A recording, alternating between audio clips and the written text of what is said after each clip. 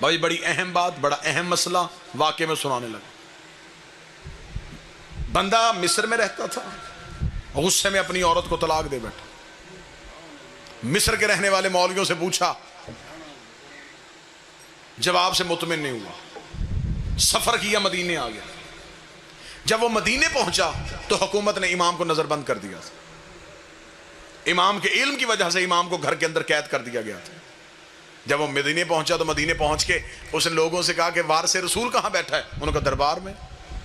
وہ جب سیدھا دربار میں گیا جو تخت پہ بیٹھا تھا، اس سے جا کے اس نے کہا جی کہ میں مصر سے آیا ہوں، کلمہ نبی کا پڑھتا ہوں، ساری زندگی میں نے رسول کو دیکھا نہیں، اسلام مصر پہنچا تھا، میں نے اسلام قبول کر لیا، مجھے مذہب اچھا لگا، میں نے مان لیا، اب میں بتوں کی پوجا نہیں کرتا، میں محمد کے اللہ کو مانتا ہوں، اس محمد کی رسالت کا اقرار کرتا ہوں، اس محمد کے وارث آپ ہیں؟ انہوں نے کہا جی ہم ہیں۔ اس نے کہا جی مجھے اس دین کا مسئلہ بتائیے، میں غصے میں اپنی زوجہ کو طلاق دے بیٹھا ہوں، اس بارے میں محمد کا دین کیا کہتا ہے؟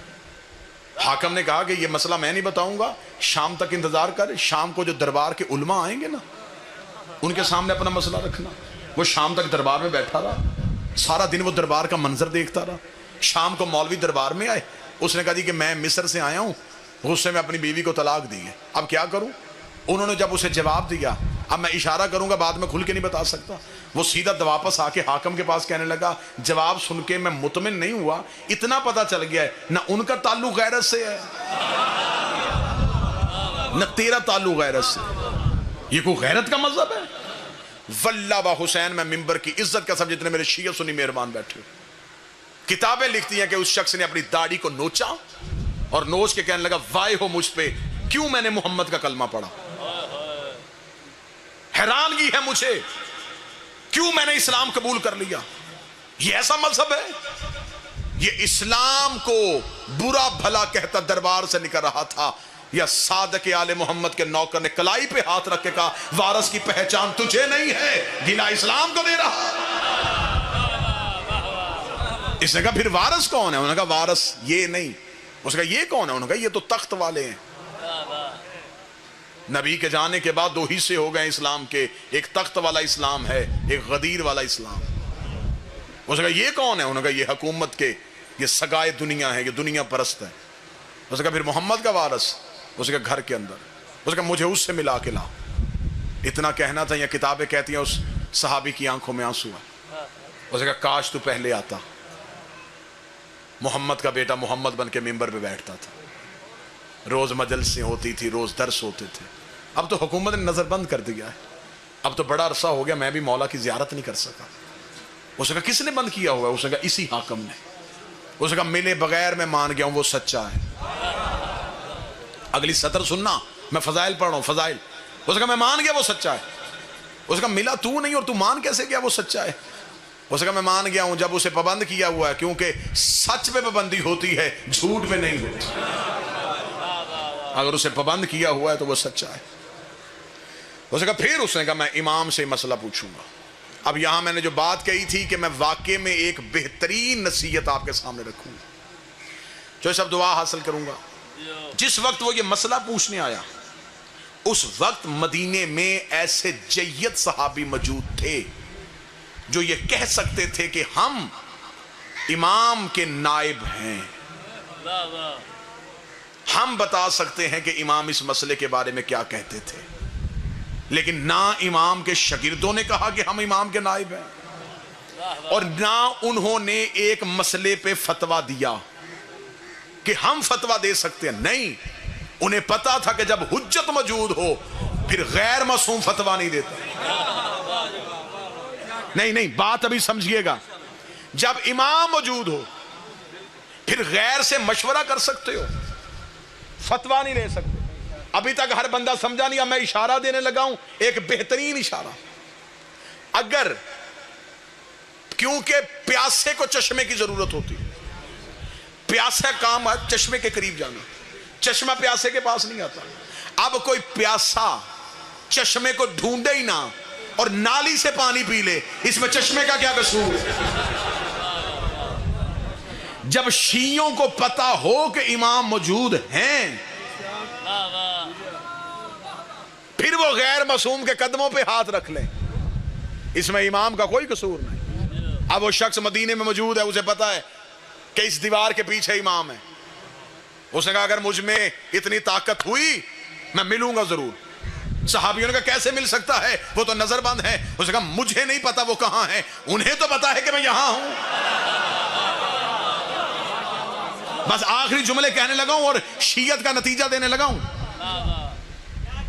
اس نے کہا مجھے نہیں پتا وہ کہاں ہے، انہیں تو پتا میں یہاں ہوں۔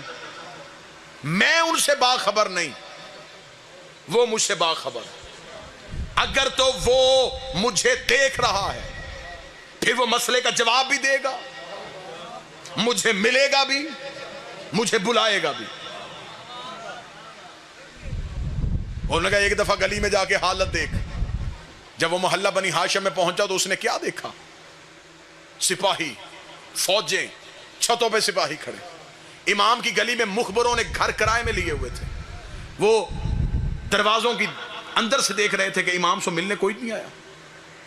اتنا سخت پہرا۔ چلا گیا مدینے کے باہر۔ میں پوری ذمہ داری کے ساتھ گجرات کی سرزمین پہ یہ اعلان کرنے لگا ہوں، 3 مہینے تک وہ شیعہ مدینے کی گلیوں میں پھرتا رہا، ایک مسئلے کے لیے۔ نہ کسی مولوی سے پوچھا، نہ کسی غیر معصوم سے پوچھا۔ 3 مہینے تک مدینے کی گلیوں میں امام سے ملاقات نہیں ہو رہی۔ تھک کے مدینے کے باہر جا کے بیٹھ گیا۔ بیٹھ کے کہنے لگا قصور میرا ہے،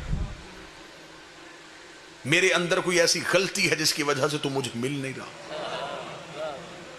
شاید تجھے میری محنت پہ یقین نہیں، جنازہ اٹھے گا میرا یہاں سے، تجھے ملے بغیر نہیں جاؤں گا۔ مدینے کے باہر رو رو کے امام سے باتیں کر رہا تھا، یہاں پیچھے سے ایک سبزی فروش گزرا۔ اسے کہنے لگا کہاں جا رہا ہے؟ اسے کہا مدینہ۔ کیا کرنے؟ سبزی بیچنے۔ اسے کہا تو روزانہ جاتا ہے؟ روزانہ جاتا۔ اسے کہا وہ جو مدینے کے اندر محلہ بنی ہاشم ہے کبھی وہاں بھی گیا ہے؟ اسے کہا ہاں جاتا ہوں روزانہ، سبزی تو بیچتا ہوں، میرا کاروبار ہے، میں جاتا ہوں وہاں پہ۔ ایک لمحے کے لیے اسے امید کی کرن آئی۔ اسے کہا رک رک رک رک رک، سبزی بیچے گا؟ اسے کہا کیا لے گا؟ اسے کہا ساری سبزی بیچ۔ نہیں، شاید آپ ابھی تک ذہنی طور پہ قریب نہیں ہوئے۔ اب میں جس دہلیز میں داخل ہونے لگا ہوں اب تمہارے جسم یہاں ہوں گے، روحیں یہاں نہیں ہوں گی۔ سبزی بیچے گا؟ اسے کہا کتنی؟ اسے کہا ساری۔ لباس بھی بیچ دے، میرے کپڑے تو پہن، اپنے کپڑے مجھے پہنو۔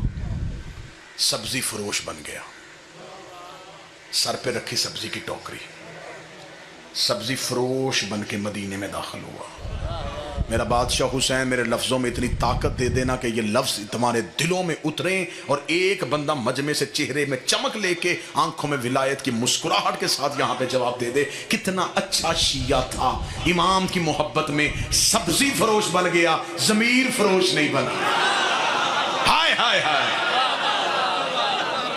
محبت مولا میں روح بدل گئی۔ بسم اللہ، نعرہ حیدری، رسول کے بیٹے کی محبت میں بسم اللہ صلی۔ لباس بدل لیا، ضمیر فروش نہیں بنا، سبزی فروش بن کے مدینے میں داخل ہو گیا۔ کس مدینے میں؟ جہاں بطول کا بیٹا ہے۔ کس مدینے میں؟ جہاں 3 مہینے گلیوں میں پھر رہا اور امام سے مل نہیں رہا۔ مدینے میں داخل ہو گیا سبزی فروش بن کے۔ سبزی لے لو، سبزی لے لو۔ گلیوں سے ہوتا ہوتا محلہ بنی ہاشم کی طرف رخ ہو گیا۔ محلہ بنی ہاشم کی پہلی چیک پوسٹ جہاں فوجی کھڑے تھے انہوں نے روکا۔ کہاں جا رہا ہے؟ اس نے کہا سبزی بیچنے جا رہا ہوں۔ اس نے کہا تجھے خبر ہے اس گلی میں کون ہے؟ تو اس نے کہا مجھے نہیں پتا، میں تو سبزی فروش ہوں، روزانہ سبزی بیچنے آتا ہوں۔ انہوں نے کہا ہاں ہاں ٹھیک ہے، گزر جا۔ 3 مہینے کے بعد اس مقام تک پہنچ گیا، گلی میں داخل ہو گیا، محلے میں پہنچ چکا ہے۔ اب پتہ ہے کہ اسی محلے میں مولا کا گھر ہے۔ اب اس گلی میں داخل ہونے لگا ہے جس گلی میں میرے بادشاہ کا محل ہے۔ جو ہی اس گلی میں آئے تو پھر فوجیوں نے روکا۔ کہاں جا رہا ہے؟ اس کا اس گلی میں سبزی بیچنے جا رہا ہوں۔ اس کا تجھے پتا ہے کہ اس گلی کے اندر کون رہتا ہے؟ اس کا مجھے یہی خبر ہے کہ یہاں کوئی اہم شخص رہتا ہے جس کے لیے فوجیوں نے یہاں پہ پہرے لگائے ہوئے ہیں، لیکن مجھے کسی کا پتہ نہیں، میں تو دوسرے شہر سے سبزی بیچنے آتا ہوں، چل گزر۔ اب امام کی گلی میں داخل ہو گیا۔ اب دل دھڑکنا بند ہو رہا ہے، قدم بوجھل ہو گئے. 3 مہینے سے جس کا انتظار کر رہا تھا وہاں پہنچ چکا ہے. اب زبان گونگی ہو گئی ہے اور یہاں والی زبان بول رہی ہے. اب دھڑکنیں گفتگو کر رہی ہیں. دل کے لہجے سے بول رہا ہے. زبان بالکل چپ ہے. یہ دل بول رہا ہے کہ دیکھ اب میں یہاں تک آ گیا ہوں. اب میرا اتنا امتحان نہ لے. اب میری محبت کی قدر کر لے. میں بڑی مشکلوں سے یہاں تک پہنچا ہوں. اب تو جہاں بھی ہے مجھے بلا لے. چل مجھے سوال کا جواب نہ دینا, مجھے صرف زیارت کروا دے. میں صرف دیکھنا چاہتا ہوں کہ محمد کیسے تھے. میں دیکھنا چاہتا ہوں علی کا حسن کیسا تھا. میں دیکھنا چاہتا ہوں حسین کریم کتنا تھا. اب یہ دل کی دھڑکنوں سے گفتگو کرتا ہوا امام کے دروازے کے بالکل سامنے پہنچ گیا. اب پتا ہے کہ یہ دروازہ ہے امام کا, لیکن فوجی یوں چھتوں پہ ہیں, سپاہی آگے پیچھے ہیں, یوں پہرا ہو رہا ہے. اب جب امام کے دروازے کے بالکل سامنے سے گزرا, ایک لمحے کے لیے آنکھیں بند کی کہ اگر ایک قدم بھی آگے بڑھ گیا تو دوسری طرف سے باہر نکل جاؤں گا, واپس مڑنے کوئی نہیں دے گا. اسی گھر کے اندر مولا بیٹھے. ابھی دروازے کے سامنے تھا, اگلا قدم آگے اٹھا نہیں تھا یا امام کے گھر کا دروازہ کھلا. نوکر کا سبزی فروش اندر آ, آج مولا نے سبزی دے کے لینی ہے. کل بھی تو خراب سبزی دے گیا. مولا ناراض ہو رہے ہیں. وہ کہہ رہے ہیں اسے اندر بلاؤ, آج ہم سبزی خود لیں گے. خوش ہو گیا. پتہ چل گیا کہ تیر چل گیا.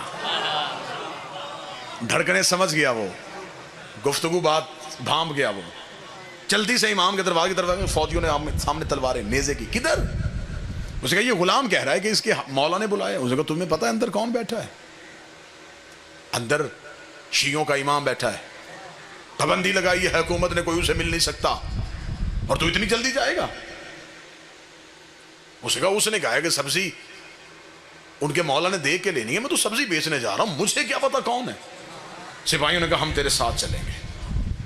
2 سپاہی پھر ساتھ چلے. امام کے صحن کے اندر جا کے ٹوکری رکھ کے بیٹھ گیا. کتنا خوش نصیب تھا. اب جتنے نمازی میرے ساتھ شامل ہیں مجھے اتنے ہی چاہیے تھے. جن کے عقیدے کا وضو ٹھیک ہے وہ اگلی صف میں آ گئے ہیں. یوں امام کے صحن میں بیٹھا ہوا اور نظریں ہیں حجرے کے پردے پہ. پتہ ہے کہ اس حجرے سے باہر آئیں گے. سپاہی سر پہ کھڑے ہوئے ہیں, نظریں حجرے پہ ہیں. دل کی دھڑکن قابو سے باہر ہے. ایسے انتظار کر رہا تھا جیسے موسیٰ طور پہ کرتے تھے. یک لخت حجرے کا پردہ اٹھا. امام کا پہلا قدم صحن میں آیا.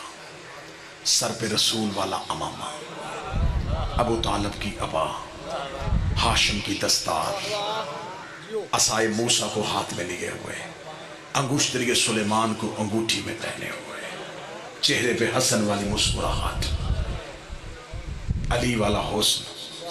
یہ امام کو ایسے دیکھ رہا تھا جیسے مصر کی عورتیں یوسف دیکھ رہے ہیں.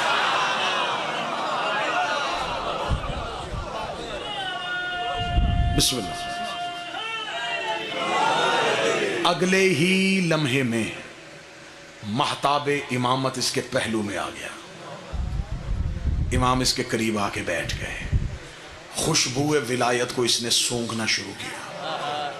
امام نے اس کے قریب بیٹھ کے ٹوکری سے کپڑا ہٹایا. امام نے سبزی چننی شروع کی. یہ امام کا چہرہ دیکھ رہا ہے. سوالی کو سوال بھول گیا. سائل کو خبر ہی نہیں کہ میں کہاں پہ ہوں. یہ امام کا چہرہ دیکھ رہا تھا. اس نے سپاہیوں کی طرف دیکھا, اپنا چہرہ امام کے بالکل قریب کیا. اب یہ چہرہ قریب کر رہا تھا. امام نے کہا تیری طلاق نہیں ہوئی. کوئی ایک بندہ تو ہوگا جو قدر کرے گا. کوئی ایک بندہ تو ہوگا جو 35-40 منٹ کا معاوضہ مجھے دعا کی صورت میں دے دے. تیری بسم اللہ یا علی. عجب روحانیت کی فضا بن گئی مجلس میں. بادشاہ حسین کی قسم, عجب روحانیت کی فضا بن گئی مجلس میں. امام نے کہا تیری طلاق نہیں ہوئی. بسم اللہ. اس نے آہستہ سے لہجے میں کہا میں نے پوچھا تو نہیں. امام نے کہا ہم سوالوں کے محتاج ہیں.